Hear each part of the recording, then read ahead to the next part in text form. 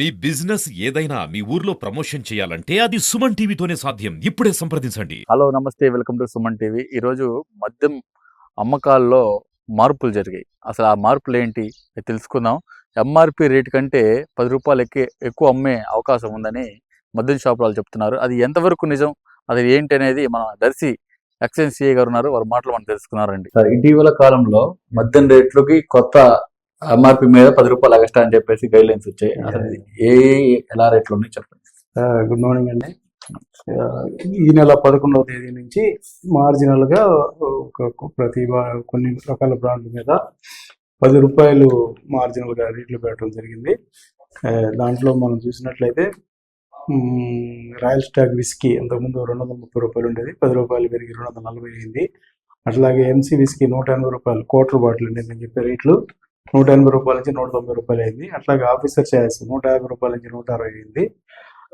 ఇట్లా కొన్ని రకాల బ్రాండ్లు మాత్రమే పెరిగినాయి. కొరియర్ నెపోలియన్ 230 రూపాయల నుంచి 240 రూపాయలు అయింది.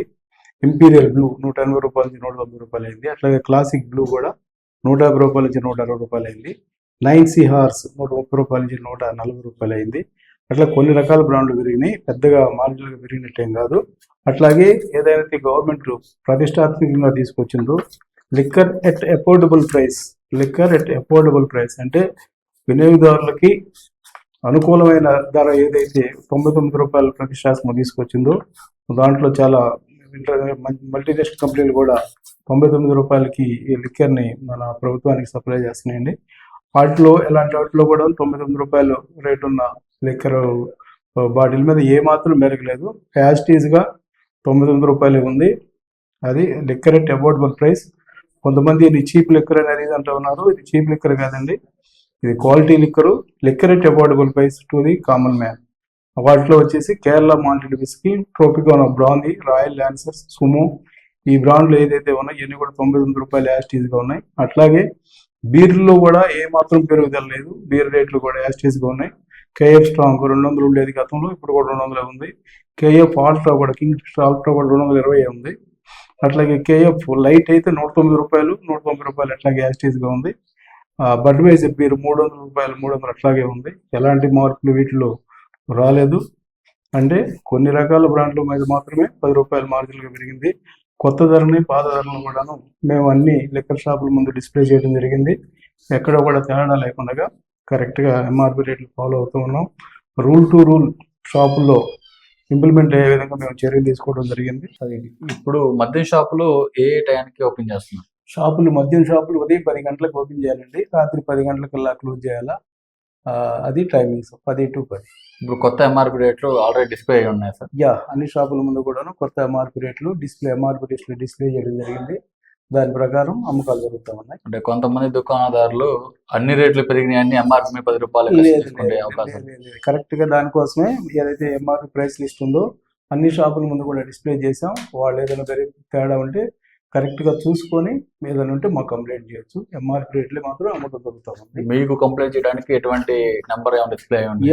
మా నంబర్ ఆల్రెడీ కూడా అందులో మీడియాలో ఉందండి. 9440902503 నంబరు, దర్శి ఎక్సైజ్ ఇన్స్పెక్టర్ గారి నంబరు. ఆ నంబర్ కంప్లైంట్ చేసినట్టు డెఫినెట్ గా మీకు అంటే బ్రాందీ షాపుల దగ్గర మీ నంబర్ ఏమైనా డిస్ప్లే చేసామండి. మా నంబర్ కూడా బ్రాందీ షాప్ దగ్గర డిస్ప్లేలో ఉంది, అందరికీ తెలుసు. సోషల్ మీడియాలో కూడా అందరి దగ్గర ఉంది. ఎలాంటి తేడాలు లేవని మీకు ముఖ్యంగా చెప్పదలుచుకున్నది. కాకపోతే కొత్త రేట్లు పాత రేట్లు కొత్త కన్ఫ్యూజన్ ఉందేమో, దానికి ఎవరైనా సరే రేటు తేడా ఉంటే అది మాకు దృష్టి తీసుకొస్తే మేము దాన్ని చర్య తీసుకుంటాం. దుకాణాలు షాపులు గవర్నమెంట్ టైమింగ్స్ కన్నా ముందు ఇస్తే ఎలాంటి చర్యలు తీసుకుంటారు?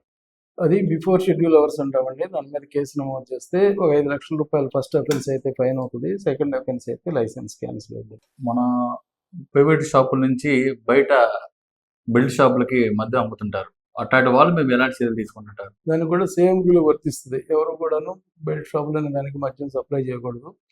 ఎవరైనా సప్లై చేసినట్లు కనుక నిరూపణైనట్లయితే వాళ్ళ మీద ఫస్ట్ అఫెన్స్ కింద 5 లక్షలు గవర్నమెంట్ ఫైన్ విధిస్తుంది. తర్వాత కూడా జరిగినట్లయితే మాత్రం లైసెన్స్ క్యాన్సిలేషన్ చేయడం జరుగుతుంది. మద్యం తాగే వాళ్ళు ఏ ప్రదేశాల్లో మద్యం తాగొచ్చు? ఓపెన్ గా పబ్లిక్ ప్లేసెస్ లో తాగకూడదండి. కన్సంప్షన్ అనేది సీక్రెట్ గానే ఉండాలి, కానీ ఇండోర్ ఉండాలి. కానీ ఓపెన్ గా పబ్లిక్ ప్లేసెస్ లో ఎక్కడ పడితే అక్కడ తాగినట్లయితే చర్యలు తీసుకోవడం జరుగుతుంది.